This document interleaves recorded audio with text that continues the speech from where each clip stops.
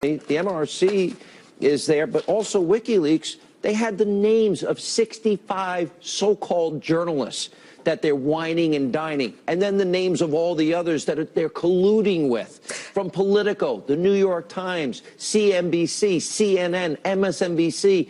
It's all there. I said in 2008, journalism is dead. You're all a bunch of hacks, phonies, liars, and you're corrupt. And they lecture me because I'm honest and I say I give opinion. You know what this shows, Sean? It shows that there is an octopus of connections. And that's an octopus of connections. Yeah. And it's all related to power and money. And people who are honest are left out. The American public is being left out. Everybody who's an ordinary American is not a part of this game. And for anyone to think that a democratically elected president in the name of Hillary Clinton is going to help you, they're just wrong. And whether it's the media or it's the Department of Justice, the FBI with the email scandal and with the Clinton pay for play, this is all corrupt. And I've never thought this before. Sean, I'm so disappointed. You are so naive. I've always known it's corrupt. I know you have a good heart. You've worked with honest people in your life, but it stinks to high heaven. The only thing I've learned is it's worse than I thought. You know, and Trump's right. Cheryl Atkinson called this Newsgate 2016.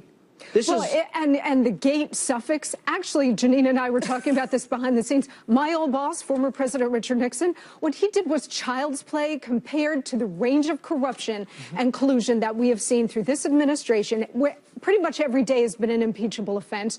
Every day of the 4 years that Mrs. Clinton was Secretary of State, she was leveraging her public office to enrich herself and empower herself and her family's foundation. Donald Trump is right to point this out, but I would say this. He should be making an even bigger point, which is in this country, we take certain foundations of our system for granted. But under Obama and Clinton, those foundations don't exist anymore. And by that, I mean an independent, impartial, and fair Department of Justice, FBI, and a fair, objective press that's only interested in the truth. Without those cornerstones, without an impartial entity to enforce the law evenly, whether it's the FBI, the DOJ, or the press to investigate, we have nothing in this country, Sean. It's gone. It's gone. No, I agree. Yeah. And let me tell you, it's a contribution. And they're the biggest donors to the Clinton campaign.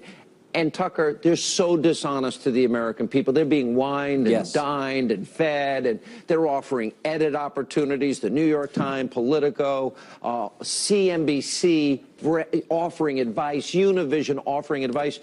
It is rigged. Donald Trump is right. The press is against him. And when he points them out and they get all upset that people turn and boo them, too bad, because they've lied to all the people that are at those rallies. And you don't even need to go on WikiLeaks to determine that. You can go on Twitter, where every reporter you watch, every reporter whose pieces you read is on there displaying his own opinion, and they're uniformly on one side. Oh, they're like you and me and Monica and Judge Jeanine. Everybody else, I can promise you that. Except we're honest. What bothers me is not that the press is not objective. They rarely are. It's not that they're liberal. They always have been.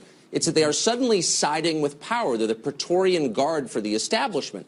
That is a really ominous thing, because they join big business, academia, Hollywood, the tech community, the entire political class. Every power center in the United States is on one side, and the press has joined them. The press is supposed to be the watchdog, keeping them honest, making sure they don't misuse that power, but they aren't. I got an exit question. All right, so I agree. He's up against the media establishment, the globalist establishment, the Republican establishment, big time, and the Democratic establishment.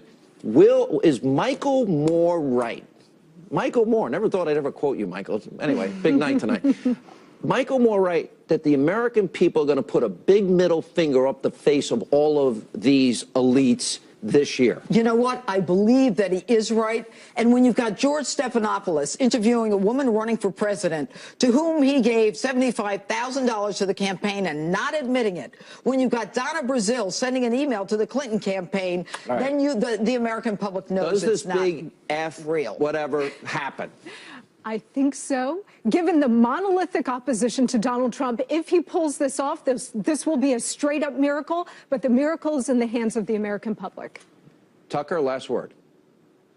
I'll say this for Michael Moore. I don't agree with anything he says, but he's from the industrial Midwest, and so he's seen the downside of these policies from Washington and New York, and at least he sort of cares about the people punished by these policies. Hey, 95 million Americans out of work. 95 million Americans, 13 million more on food